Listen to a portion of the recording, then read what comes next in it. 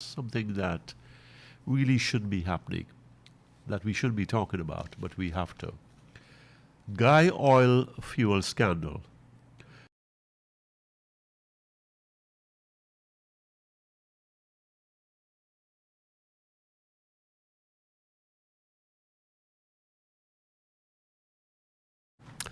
Thursday, October 13th. Welcome to the National Outlook on Kaieteur Radio, 99.1 and 99.5 FM. I'm GHK Lall, and I'm glad to join you. And I'm thankful to Kaieteur Radio and to Mr. Kevin Smith and Joshua Van Slytman for coordinating this and making it happen for me to share with you. And today what I want to share with you is something that really shouldn't be happening, that we shouldn't be talking about, but we have to. Guy oil fuel scandal. AG report flags lack of contract and quotation in botched deal. Well, what happens, it was a fuel deal, and millions in US dollars are up in the air.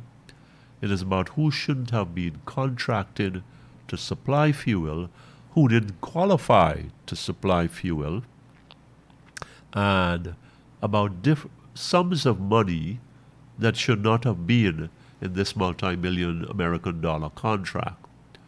4 people were named in the Auditor General, that's the AG, Auditor General's report of May 28, 2021. The 4 people 3 are very senior officers of Guy Oil, and 1 was a director. The director is gone. The 2 of the 3 officers have been ordered removed by President Ali, and as to the other one, I am unsure as to what has happened with him, has been his fate. The Auditor General said that these guys should be removed. 3 are gone. The Auditor General also recommended, as part of its findings, that the Ghana Police Force be called in. And we are not so sure as to where that is. And now we're talking about a year and a half later.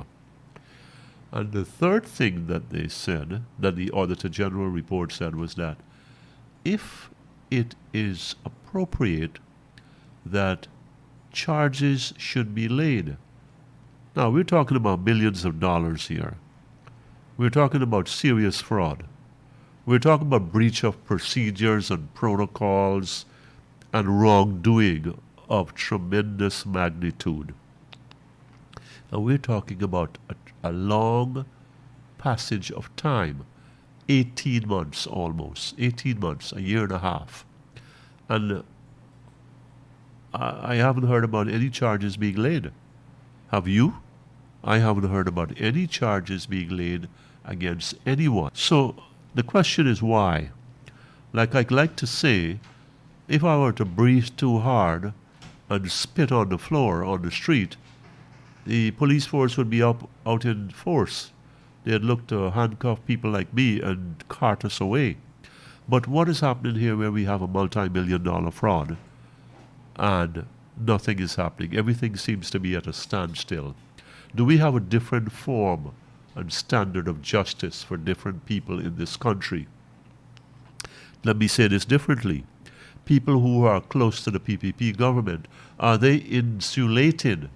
Have they been immunized from the long arm of the law? What is at work behind the scenes that these people have not been charged as yet? I think based on the Auditor General's report alone, based on those findings, they are glaring and they are damaging.